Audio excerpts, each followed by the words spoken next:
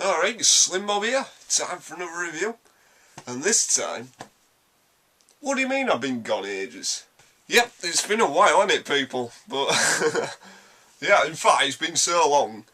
There's actually dust. You can't see it, there's actually dust on this camera. I can actually see a thumbprint from where I pressed the, put it on the tripod. But, point is, my life kind of changed a lot after uni because, well, I got my first job, which is shit, but it's the job, it's money, and my band started up again, and that's something that's been bugging me for a while. We've actually been recording, we've actually done gigs, we've got bands started again, and I'm right happy. We're writing more songs, I've got my own writing, I've got a script I'm working on, got my blog that I'm working on. That should be in the description. And yeah, it's just been really cool. I'm enjoying it. So fitting YouTubing has been really difficult, and it's kind of a side effect. It's not something deliberate. It's just kind of happened.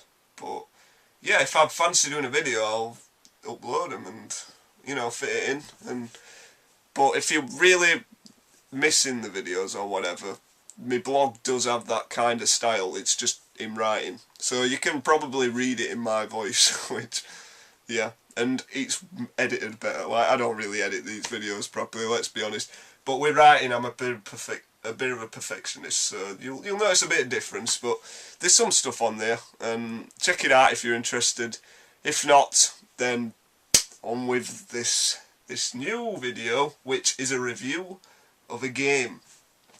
I stress a game because this is an adaptation of a comic which has been turned into a TV show, and I'm talking about, it's a downloadable game, can't show you the cover, Walking Dead. And this game, I finished it today. I decided to buy them, I think it was 15 quid for entire series, so you get 5 games essentially, 5 episodes, which is brilliant value really, considering because this is one of those choice kind of games, lots of different paths and stuff, and considering what you get, it's wow. Just honestly, probably the best game I played this year actually, Walking Dead. It was one of those I weren't really sure about it, because I do like Telltale. I'm Back to the Future, because I'm not a big fan of Back to the Future. I've watched them, I enjoyed them. I'm not one of these that grew up with it and that, but I thought they were good games then, Back to the Future. Ones I played the first 2 parts of them, and yeah, they were a lot of fun. Jurassic Park I didn't play, but I didn't hear very good things about it. But this has been getting a lot, very recently, it's been getting a lot of buzz, I've noticed, especially on internet, so I decided to check it out, and it's probably the best game I've played all year. It's the story. You don't play this for any other reason. If you think Heavy Rain has stupid controls, this'll drive you mad, this game. You just, because it has this problem, right, where, because I understand, I bet it works right well on PC this, but on a console, I've been playing PS3 version, you move with left analog stick, move the cursor with the right analog stick, there's 4 buttons, each of them buttons can be pressed with either the D-pad or the face buttons, but there's certain bits where it occasionally, it's about zombies, right? You're gonna fire guns occasionally, right? It doesn't say whether or not you can use it. Sometimes you can use R1, but other times you don't. You're there just you're there just mashing it, thinking, why ain't it working? And the fact that that's inconsistent kind of wound me up a bit, but this is an amazing game. It's some of the best characters you'll see in a game, and I'm not gonna lie, it made me cry. It really, really. The last episode, I was this close through a few episodes, especially episode 3. Bloody hell, that's emotional, episode 3. But yeah, the last episode I just fucking cried a right lot, and I haven't done that in a long. I think the only other game where I've actually cried like that is To the Moon. Games are the only things that can make you involved. This is the first game I played where I felt like I am actually, it's me. If you know what I mean. Well, I know it's not me, but I feel bad about, so, because all the way through, if you don't know what The Walking Dead is, basically it's just an apocalypse. There you go. That's The Walking Dead. It focuses a lot more on characters. This game is essentially, do you remember the Dead Island trailer? The good one, right? The original one? Well, imagine that as a game. That kind of emotion, that kind of subtlety. Imagine that, but as a game. And that's what Walking Dead, the game, is. It's, you don't have to have any knowledge at show. I've seen a couple of episodes, I weren't bothered.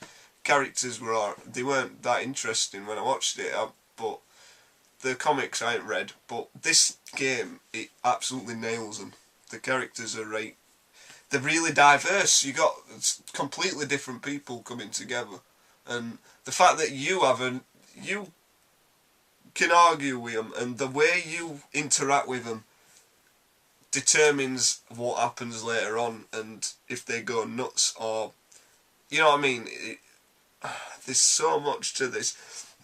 Even first episode are right impressive. Like because there's certain moments where let's say two people might die. You have to choose who you save, and the first character you meet, you play an ex-convict called Lee. What's it called? Lee. They don't use last names. They just call them by the first names. Called Lee, right? And basically, you escape, don't you? Obviously, the copper that's driving you to the station crashes into a zombie, goes over. You get out of the car, right? First person you meet is a little girl, an 8-year-old girl called Clementine, and from that point on, her parents are gone. She's in a treehouse. She saves you essentially, didn't she? But yeah, that's it. You just take Clementine and you go on an event. Well, it's not an adventure, is it? You try and survive with these people, and I'm very protective of children, and I've always have been. So my angle, because you can approach this you can make him whatever character you want. Essentially, this guy, you can make him Dennis. You can make him an evil guy who fucking argues with everyone, don't get on with anyone, treats everyone like shit. You can do that, right? You can be a guy who's sympathetic, who's reasonable with everyone, and the different ways you can play it. You can be sarcastic. My angle, everything I did was to protect the children, because there's more than one child in this, and everything I did, I thought, I am doing it for them kids. I do not want them to turn into zombies. And some of them decisions, like there's one near the beginning, you're on a farm, right? One guy's there, a kid is there, right? I was fucking shocked at this, because when you finish an episode, you get statistics, a bit like Catherine telling you what people did, what decisions they made. Apparently, the majority of people decide to save the fucking adult instead of a child. Why I'm sorry, but who the fuck are you people? But that wound me up, actually, when I read that statistic. But that's the thing, this game, the ambiguity, as you progress, it becomes so thin, the line. It's so great. There's no black and white at all with this game. And you can't predict what people are going to do, because they go mad. These people have been under this stress. I mean, by the end of the first episode, is it a spoiler, this? Well, think about it, right? You're in a town, right? You survive in this town. What's going to happen after you've, took everything from this town? You pillaged it all. You've taken all resources. You're going to run out of resources, aren't you? And this explores that, because as people become desperate, they start to change. And people you think you're friends with, who you think that you've sorted out, and you think that you've, got a connection with, they start to change. They start to become desperate. They start to go a bit loopy. And other characters see that, and you talk to them, and they start to do it, and you yourself, you start to and all, because you don't know what the fuck you're doing. So me, I've focused all the way through on whatever situation happens. Clementine is not going to get hurt. I am going to do everything to make sure she's safe and make sure the other kid's safe. And when stuff starts to go wrong after, you feel really bad. Not how other games have done this. Even Mass Effect. When if some of your squads die in Mass Effect 2, on suicide mission, what consequences are there? Everyone says, "Oh, that was a shame. They were cool then. They were nice people." When Mordin died, he always died. Mordin, unless you were perfect, Mordin always seemed to die. Even though he was one of the best characters besides Garrison Tally. But he'd always died. Like, nobody cared. No consequences. This game, somebody dies. Everyone's talking about it. We're trying to help each other get through that traumatic experience for the next, hour. And to see a game just tackle that realistically. And just play this game. Fucking play this game. It's on all platforms. Except Wii. Do we count Wii yet? Anymore? No, Wii U's come out. Yeah, that's a tough one. I think we do. They're still releasing games for Wii, aren't they? They will for another year, surely. But you need to play this game, people. It's an absolute. It's not perfect by any means. Especially the PS3 version has some very bad bugs, especially loading issues. Like in cutscenes, sometimes you get this stutter. Then you'll miss half a sentence. What characters will say. It has some terrible texture issues and all, especially with their eyes. Sometimes they're just having a normal conversation. They turn around and their eyes are white. They look like zombies. And he does this thing where you get this delay, this 4-second delay between bits in cutscenes. And there was this one bit in episode 4. It's one of the most powerful things I've seen in a game. Full stop. Right? The ending is, and it fucking crashed. It fucking crashed right in the middle of it, and I was thinking, that rate wound me up. That rate wound me up.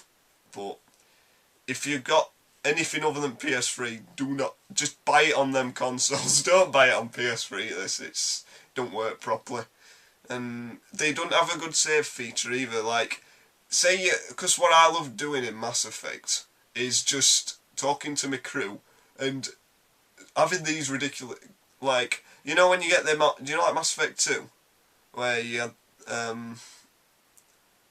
where crew would argue, I'd save just before that, and then just see what other responses were and things and different repercussions. You can't do that in this because there's not a save feature. It auto saves, and I can I think I know what they were trying to do. I think they were trying to make it so that, say you make a decision wrong, and you think, oh shit, I don't like that, I want to go back. I think they were saying, they're trying to make it so that you can't, so that you have to live with consequences. And I don't know, I think it's a bold, if that's what they were trying to do, it's bold, and I have respect for them. But then again, you need a save feature. You can't really, because there were a few times where I did the wrong thing when I was trying to do something else, and it was simple. It was like a button press, or I was going about earlier, where I was trying to shoot a zombie. I was pressing R1 when I was supposed to be pressing X, things like that. It weren't my fault, so why the fuck should I get penalised for that? So. And there were other times where dialogue wouldn't work, where I would be mashing the button. Because this isn't like Mass Effect, you're timed on your dialogue. And that's one of the other reasons it really works, because there's so urgent, there's such a great sense of urgency throughout the game, because while people are having these arguments, you've got a split second, a few seconds to decide what to say. And sometimes you'll say something, and it's like real life, you'll say something and think, I fucking regret that. I wish I hadn't have said that. But it makes it. That's the thing. If you play this and you do have moments like that, you have to live with those decisions. Don't turn the game off and go back to other autosave. Keep playing. keep living with that, because that is what's beautiful about this game. It's you know, living with these consequences and just so you never know how it's going to turn out. And a lot of these times, like, you can apologise to them later on. You can like explain why you went off like you did and things. So just play this game. It's beautiful. It's right well paced and all. And people complain about Act 3, I'm going to call it, right? The bit on the train about introduce new characters and it was slower and stuff. And you know what? It was best part of the game for me, that. Because, well, for one, there was more tragedy in that bit. And depending on who you side with, I mean, from what I've seen and all, the Kenny is called. Like, he has a family, Kenny. I think this is why I sided him, actually, because he had a family. So he was the only one who had reason to... He had a good reason to be doing what he was doing, if you know what I mean. He were in the same boat as me. We were both doing everything for kids, if you know what I mean. So I sided with him throughout the game. And if you don't, I imagine later on that act is completely different. I imagine the stuff later on is completely different. So if he gets through, I don't know if he can die earlier on. I assume he can. If not, we'll see. I want to play through it again. I want to see how much different the game can turn out, because it says the story changes depending on how you talk to people and what you do. So I want to see how it changes, because as far as I'm aware, the plot's the same for everyone. The central plot's the same. But how does this, you know, do certain characters... I know for certain different characters die in the last part, depending on who you saved earlier on. So, you know, things like that, I'm really curious. I want to play it again. The only thing is, it's so sad. That ending, that is such a powerful ending. It's I mean, To the Moon had me in tears, right? Because that is so beautiful, that. Like it end where you gotta... If you play the game, you'll know the ending, and they are making a sequel, which I can't wait for. But yeah, this had me more, because it is you. You feel like you have, like... I know I'm not going to... These aren't really spoilers. Well, think about it in terms of a film. The climax is always the most action-packed, always the most tense, you know what I mean? This kind of builds on that. The ending to this, you have to be quick. And the way it's done, it's like it's done in a flash, and it just hits you like that. And I don't know, it's hard to explain, but play this game, fucking play this game. It's not a masterpiece just because of controls and, you know, bugs and that, and the animation as well. I mean, I understand, you know, they can only do so much, and the fact that the focus is on the story, you know, that takes... They have to do that over everything, and I'm so glad the developers chosen story over graphics, and, you know, though the animations... I don't know though, some of them are really good, like the facial expressions, the reactions to what you say and things like that are really good. I don't know, play this game. It won't be for everyone, I don't think, but if you want a fucking action game, don't play this. In fact, if you want an action game, play this, and it'll wake you up, because this is better than an action game. Play this game, it's a masterpiece. It's not, but it's still very good, if that makes sense. Well, yeah, this is SlimmBob. Thanks for watching. Goodbye.